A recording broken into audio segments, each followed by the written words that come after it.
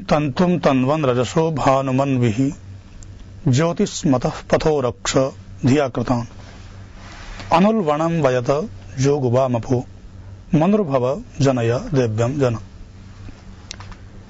ऋग्वेद के 10वें मंडल के 53वें सूक्त का छठा मंत्र है।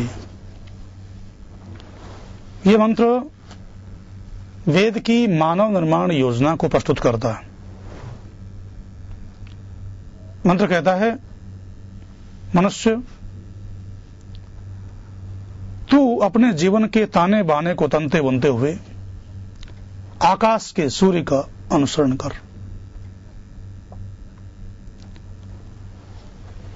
बुद्धिमानों द्वारा बनाए हुए प्रकाशमान रास्तों की रक्षा कर।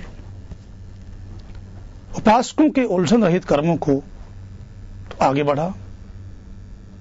मनुष्य बन और मनुष्य बनकर दिव्य गुण युक्त संतान को उत्पन्न कर। इस मंत्र में मनुष्य बनने के 3 साधन बताए गए हैं। उपदेश दिया गया है मनुष्य बनने का और मनुष्य बनकर के दिव्य गुणयुक्त संतान को पैदा करने का, और साधन मनुष्य बनने के 3 बताए गए। जीवन के ताने बाने को तनते बुनते हुए सूत से वस्त्र बनता है, ऐसे ही मनुष्य भी संस्कारों से अपने जीवन रूपी वस्त्र को बनाता है। जैसे जुलाहा जैसे सूत से वस्त्र बनाता है, वैसा ही सूत बनाया जाएगा, वस्त्र बनाया जाएगा। यदि सूत अच्छी तरह से काता हुआ है, गांठों से रहित है, तो वस्त्र भी सुंदर बनेगा। यदि सूत गांठों से युक्त है, तो वस्त्र भी अच्छा नहीं बनेगा, वस्त्र का सौंदर्य नष्ट होगा। ऐसे ही मनुष्य भी अपने जीवन में अच्छे कर्मों को करते हुए अपने जीवन रूपी वस्त्र का निर्माण करे, क्योंकि मनुष्य जो भी कर्म करता है, उन कर्मों का सूक्ष्म प्रभाव उसके मस्तिष्क पर पड़ता है। उन सूक्ष्म प्रभावों को ही संस्कार कहा जाता है। इन संस्कारों और प्रवृत्तियों के वशीभूत होकर के ही मनुष्य निरंतर कर्म करता रहता है। ये वेद मंत्र कहता है कि अच्छे संस्कारों को, अच्छी प्रवृत्तियों को अपने जीवन में धारण करते हुए तुम अपने जीवन रूपी वस्त्र का निर्माण करो, और ये सब करते हुए सूर्य का अनुसरण करो। सूर्य का अनुसरण करने का मतलब है सूर्य के गुणों को अपने जीवन में धारण करो। सूर्य का गुण है, सूर्य उदय होने के पश्चात निरंतर ऊपर को उठता है। मनुष्य भी अपने जीवन में निरंतर उन्नति करे। उद्यानम ते पुरुषः नावयानम। मनुष्य, तेरा जीवन उन्नति करने के लिए है, ऊपर उठने के लिए है, पतन के लिए नहीं है। दूसरा गुण सूर्य का है, जैसे सूर्य स्वयं प्रकाशित होकर के दूसरों को प्रकाशित करता है, सारे संसार को प्रकाशित करता है, ऐसे ही मनुष्य भी सूर्य से प्रेरणा लेकर के स्वयं ज्ञानवान बने और दूसरों को उस ज्ञान से प्रकाशित करे। जो स्वयं ज्ञानवान है, जिसने स्वयं अपने जीवन में ज्ञान को धारण किया है, वही मनुष्य दूसरों को ज्ञान से प्रकाशित कर सकता है। जो स्वयं धन से युक्त है, जिसने स्वयं धन कमाया है, वही दूसरों को धन के द्वारा सहयोग कर सकता है, दान दे सकता है।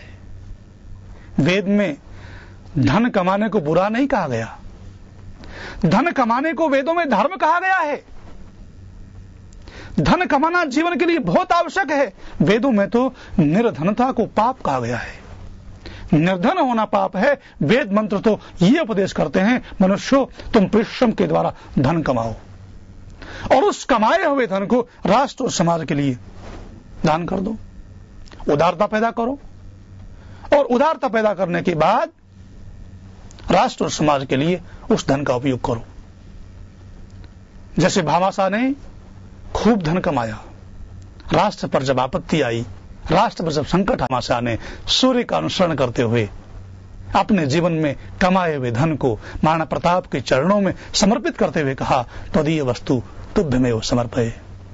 भगवान, आपके शासन में, आपके राज्य में मेरे पूर्वजों ने और मैंने धन कमाया है। आज मेरे राष्ट्र पर, मेरे देश पर संकट है, तो मैं आज उस धन को राष्ट्र के लिए, समाज के लिए आपके चरणों में समर्पित कर रहा हूं। यह है सूर्य के गुण को धारण करने का अभिप्राय। तीसरा गुण है सूर्य का, जीवन के उतार चढ़ावों से घबराओ मत। जीवन में उतार चढ़ाव आते रहते हैं। जीवन में जहां सुख होता है वहां दुख भी होता है।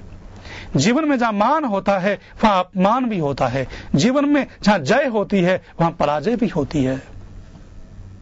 बरसात के दिनों में आकाश में काली घटाएं छा जाती हैं, बादलों से सारा आकाश ढक जाता है और सूर्य उन बादलों के पीछे छिप जाता है।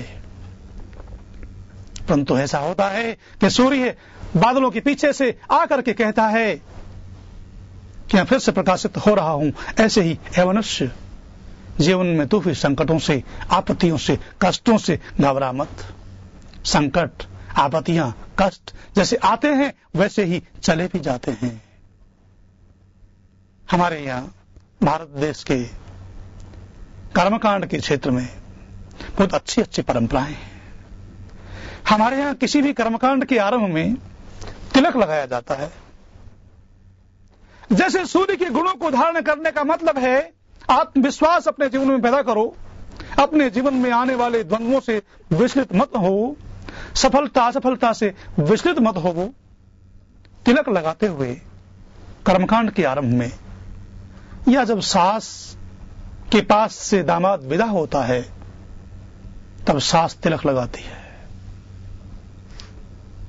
जब कोई भी यज्ञ हवन का कार्य होता है तब पुरोहित यजमान को और यजमान पुरोहित को तिलक लगाते हैं। वहां यह संदेश ये दिया जाता है कि यह स्थान जहां तिलक लगाया जा रहा है, यह स्थान सब इंद्रियों से ऊपर है। संदेश ये दिया जा रहा है कि सुख दुख का अनुभव, मान अपमान का अनुभव, जय पराजय का अनुभव, सफलता असफलता का अनुभव हम इंद्रियों के द्वारा करते हैं। ये जो स्थान है ये सब इंद्रियों से ऊपर है। मनुष्य, तुमने इंद्रियों से होने वाले भावों से, इंद्रियों के द्वारा अनुभव होने वाले द्वंद्वों से अपने जीवन में ऊपर उठना है, इनसे विचलित नहीं होना है। ऐसा कहते हैं कि भवसागर से पार हो जाओ। भवसागर नाम का कोई सागर दुनिया में नहीं है। जीवन में आने वाले जो भाव हैं उन्हीं को भवसागर कहा जाता है। सुख का भाव, दुख का भाव, मान का भाव, अपमान का भाव, जय का भाव, पराजय का भाव, लाभ का भाव, हानि का भाव, ये जो भाव हैं, इन भावों से ऊपर उठ जाने का नाम ही भवसागर से पार हो जाना है।